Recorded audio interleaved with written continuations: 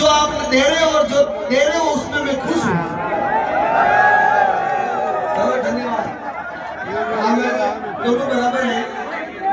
कितना होगा? ये कौन बोल रहे हैं? आकाशवाणी दिल्ली से थोड़ी देर बंद कर दीजिए।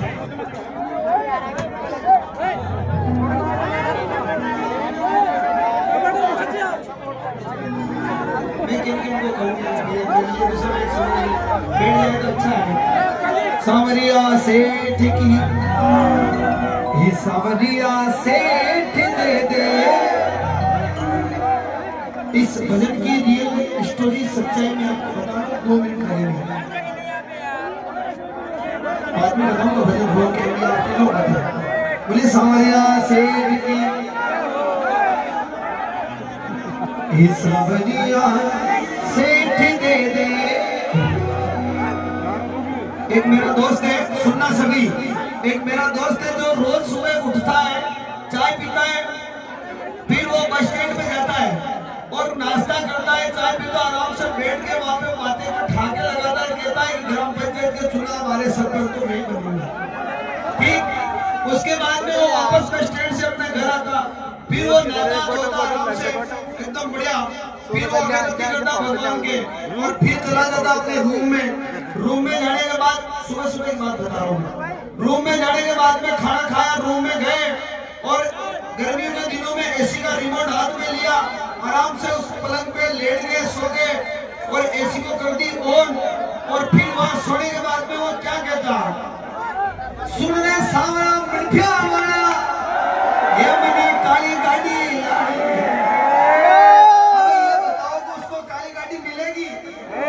उसको साइकिल भी नहीं मिलेगी। क्यों? जाओ क्यों? क्योंकि सुबह सुबह उठ के खाना खाया, आराम से कमरे में जाके सो गए, फिर सांवरिया सेठ को कह रहे सांवरिया सेठ दे दे। ऐसे नहीं मिलने वाला।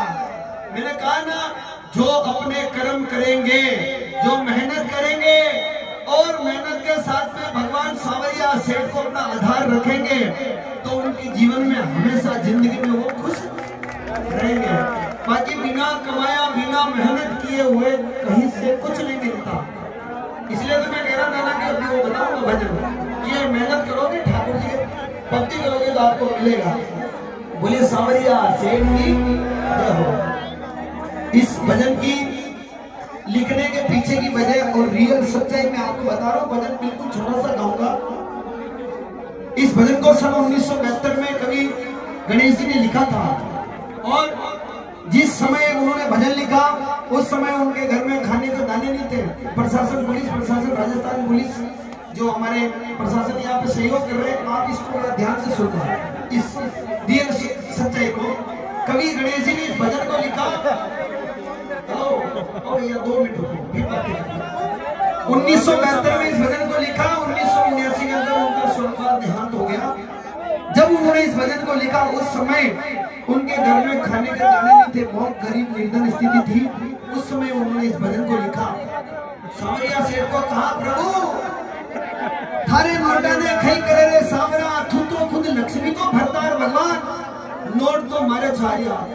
बहुत गरीब स्थिति में भगवान सांवरिया सेठ को वो ताना मारते गए, ओलंबा देते गए, भगवान के किए हुए सारे कार्य सांवरिया सेठ को गिनवाते गए और सांवरिया सेठ को कहा कि प्रभु तू तो बिराजे मंदिर मेल मेरे सांवरा, मारे तो रद्दा की काची भीत है भगवान, आप तो महला में सोया और मैं गरीब हूँ, मारे रेबा के लिए झूपड़ों को ना भगवान, मकान को ना, और आप महला में रह गया।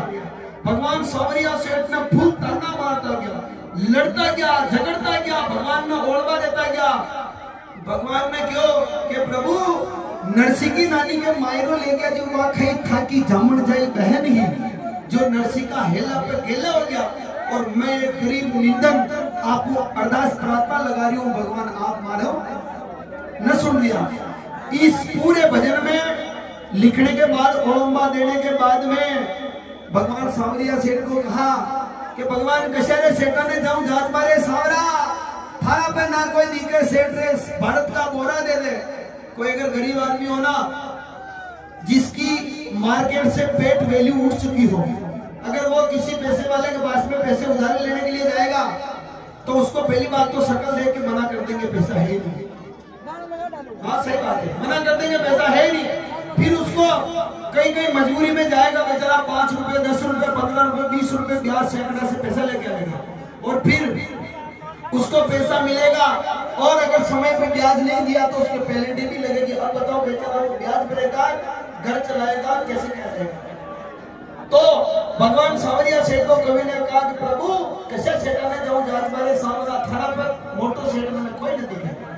फिर अंत में इस भजन को लिखने के बाद में क्या कहा, प्रभु सांवरिया सेठ मेरा लड़का जिसका नाम बंसीलाल रेवल है, प्रभु सांवरिया सेठ मेरा ये बच्चा है, इस बच्चे को जो इस भजन में मैं भगवान नौकरी लिख रहा हूं, ये नौकरी आप इनमें से कोई भी नौकरी एक मेरे लड़के का लगाना।